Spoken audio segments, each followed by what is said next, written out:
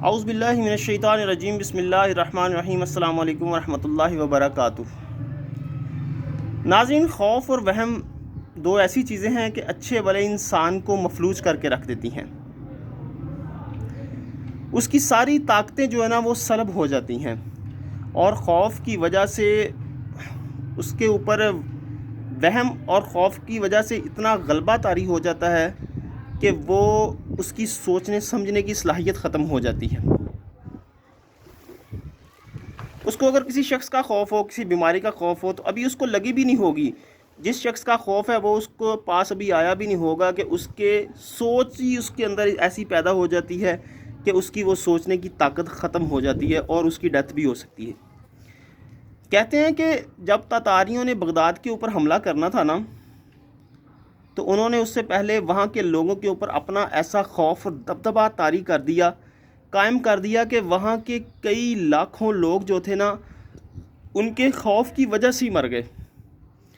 اور اگر ایک تاتاری آتا اور وہ 100 لوگوں کو کہتا نا کہ یہاں پہ اپنے سر جھکاؤ، میں نے تمہاری گردنیں اڑانی ہیں، تو وہ 100 کے 100 لوگ اس کے ایک شخص کے خوف کی وجہ سے اپنا سر جھکا لیتے۔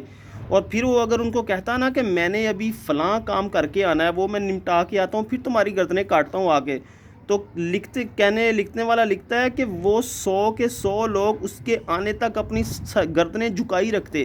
وہ بندہ اپنے سارے کام نمٹاتا اور آ کے پھر ان کی گردنیں اڑا دیتا آگے، واللہ عالم۔ تو اسی طرح یہ جو کرونا بیماری کا خوف ہے نا، اس کے اپنے اوپر طاری نہ کریں، کیونکہ یہ مشیت الہی ہے، یہ اللہ عز و جل کی طرف سے ہے۔ اس سے صرف پناہ مانگیں، کیونکہ موت برحق ہے، آنی ہی آنی ہے۔ کسی ذی روح نے بغیر موت کے اس دنیا سے نہیں جانا، اور جو اس دنیا میں پیدا ہوا ہے اس کو موت آنی ہی آنی ہے، اور اس کی جس طرح لکھی ہے، جس بیماری سے لکھی ہے، بیماری سے نہیں لکھی، وہ اسی طرح اس نے مرنا ہے۔ تو کائنڈلی کرونا کا خوف اپنے اوپر طاری نہ کریں۔ اگر آپ کو کوئی سیپٹمز ہیں تو اس کا اللہ عز و جل سے اس دعا کریں کہ وہ اس کو ختم کر دے، اپنی احتیاطی تدابیر اپنائیں۔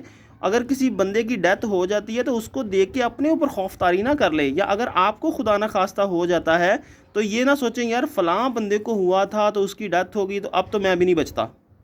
ایسا ہرگز نہیں ہے، کیونکہ اگر کسی کی ڈیتھ ہوئی ہے کرونا سے، اس کی لکھی اس طرح تھی کہ اس بیماری کی وجہ سے ہی اس نے مرنا تھا۔